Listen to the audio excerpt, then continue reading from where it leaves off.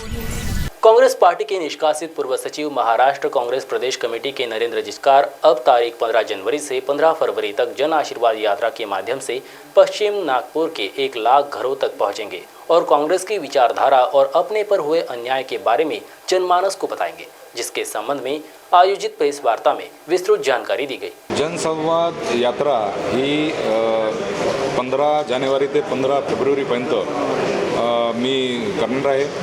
14 तारखेला भारत जोडो न्याय यात्रा ही इम्फाल मणिपूरपासून राहुलजी सुरू करत आहे। त्या इम्फालला भारत जोडो न्याय यात्रेला मी उपस्थित राहणार आणि ती यात्रा झाल्यानंतर 15 तारखेपासून 15 तारखेला 4 वाजता डॉक्टर बाबासाहेब आंबेडकरांच्या पुतळ्याला माल्यार्पण करून संविधान चौकातून ही यात्रा सुरू होईल आणि 1 महिना मी पूर्ण पश्चिम नागपूरमध्ये प्रत्येक घरोघरी जाऊन काँग्रेसचा विचार मी पोहोचवणार आहे, लोकांचा आशीर्वाद घेणार आहे। जसं आता मी सांगितलं की त्या ज्या काही समस्या पश्चिम नागपूरमध्ये आहे त्या मी ऐकून ते समस्या त्याचं निराकरण कसं होईल ते मी बघणार आहे आणि 15 फेब्रुवारी पासनं 19 फेब्रुवारीपर्यंत शिवशाही महोत्सव मी साजरा करत आहे।